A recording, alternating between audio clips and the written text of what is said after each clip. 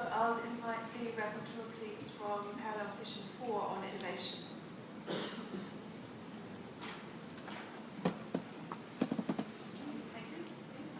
As a chairperson for this session, I'll sum up because I don't seem to start. There's no PowerPoint, but we have a point which is PowerPoint.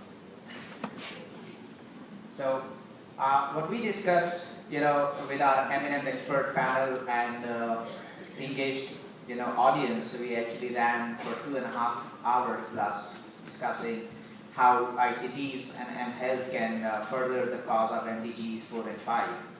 So one of the things that came out was that mHealth definitely needs to become a national agenda. So we need to work together to make this a national agenda for all health systems for the countries. Second, the governments are asking for evidence. Without evidence, you won't either have funding or even have buy-in from the government of how it can impact the MDGs 4 and 5. So clearly there is a cause, there is a need for getting evidence in whatever is happening now. Also, the point that came up was end users are already using mobile health without calling it mobile health.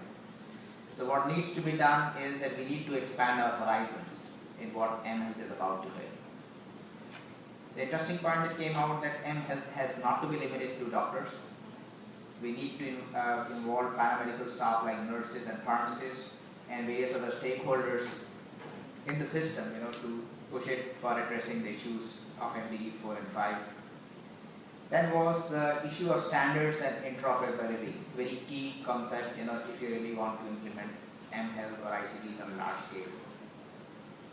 There was a point that came in that in as much today it is more funded by donor agencies, but it needs to move on as local governments have a buy-in, even the district government and the private sector. The interesting point was that middle class is willing to pay for ICT-backed solutions. The key thing that came again was accountability comes from counting, and ICTs and mHealth can definitely contribute to accountability of the healthcare system and MDGs 4 and 5. The key thing which is holding back mass deployment is also the health professionals staying away, thinking it's an IT thing and not health thing, is to take M away from health, is to train health professionals to learn IT. Then, so it's capacity building.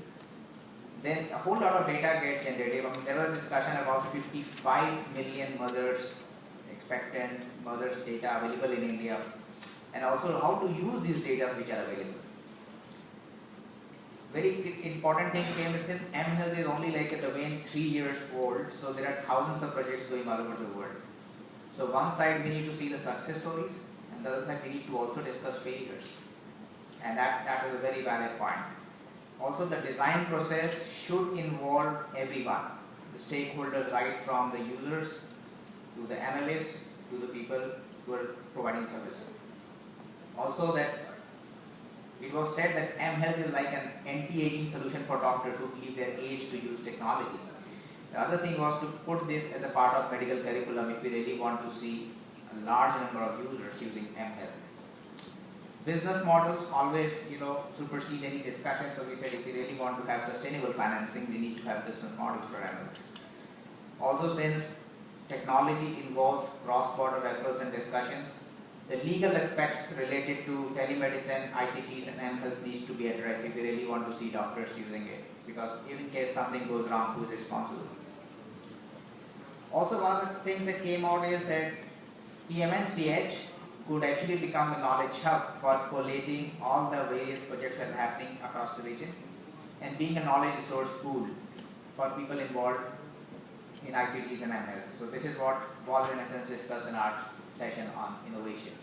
And lastly, the message was that innovation need not be a separate thing. It needs to be an integral part of investment, funding, implementation, and design. So hopefully next time we don't have a separate innovation session.